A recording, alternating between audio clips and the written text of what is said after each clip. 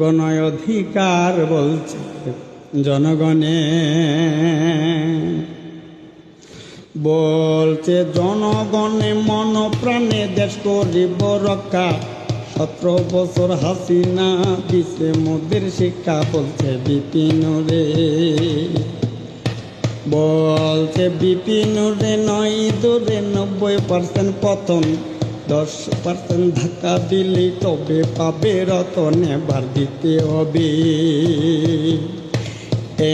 এবার দিতে হবে সরকার, করব পরিবর্তন, নইলে মোরা জেলে যাব, নয়তো হবে মরণ। এবার এক দফা,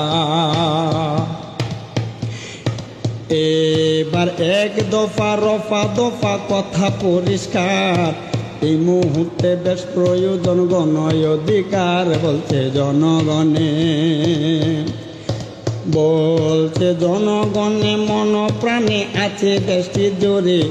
বিভিন্ন সহযোদ্ধা প্রতি ঘরে ঘরে, আমরা দেশের স্তরে, আমরা দেশের স্তরে করব যুদ্ধ, ভয় করি না। 24 সালে ধ্বংস করছে হাসিনা সরকার, এই সবাই জানে, তো সবাই জানে। 18 কোটা আন্দোলনে 24 সালে রূপ নিল গণ অভ্যুত্থানে। তারা নামলো মাঠে,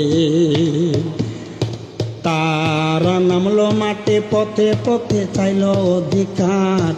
এই মুহূর্তে বেশ প্রয়োজন গণ অধিকার, বলছে জনগণে,